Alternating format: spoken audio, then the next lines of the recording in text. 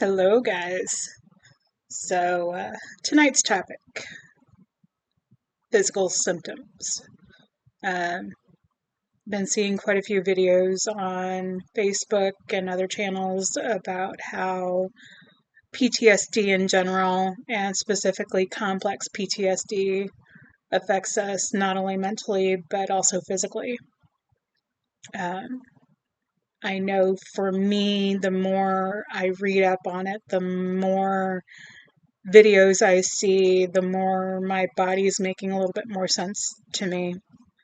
Um, but don't let this face fool you. Don't let the voice fool you. I'm a little bit older than I appear, so I'm definitely at a point where the body is changing and not for the better. Um, so, what are some health issues you guys feel may be related to CPTSD? For me, constantly being tired. Um, At work, I seem to be okay. I won't say I'm the most energetic person even at work, but definitely driving home, getting home, just not really having the energy I should. Um, Fatigue is really the biggest one, and I get we kind of slow down as we get older, but I'm just at a point like really, I have all this stuff I need to get done for my mental health, and I just don't have the energy to do it. Or, I'll get off work and I'll be like, oh, I'm going to get this done and I'm going to get that done. And then getting home and going, yeah, that's just not going to happen tonight. And I get this week's been a little bit harder than some others recently. Um, but still, just like the zap in energy seems to have hit harder this week than it has for a while now. Um,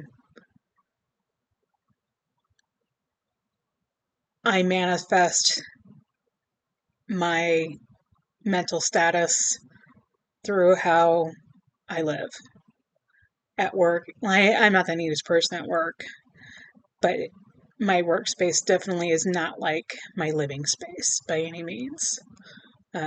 It's gotten to the point where I'm pretty embarrassed about how it looks right now, and I get, the smallest steps is still a step forward. It's still progress. At the same time, you look at everything and get so overwhelmed, and you start those negative feelings, and you start that negative talking all over again. But yeah, definitely just not having the energy. Um, Biggest one, and weekends seem to be just exhausting for me. Weekends, yeah, you should be able to relax, but for me, it's look, I've got so much stuff I should be getting done, and all I want to do is lay in bed and sleep the entire weekend away. Good news for me is that I usually spend Sundays with my mom. So that does help. Gets me out of here, gets me, in a safe place for a while, and I can, but even with her I don't relax.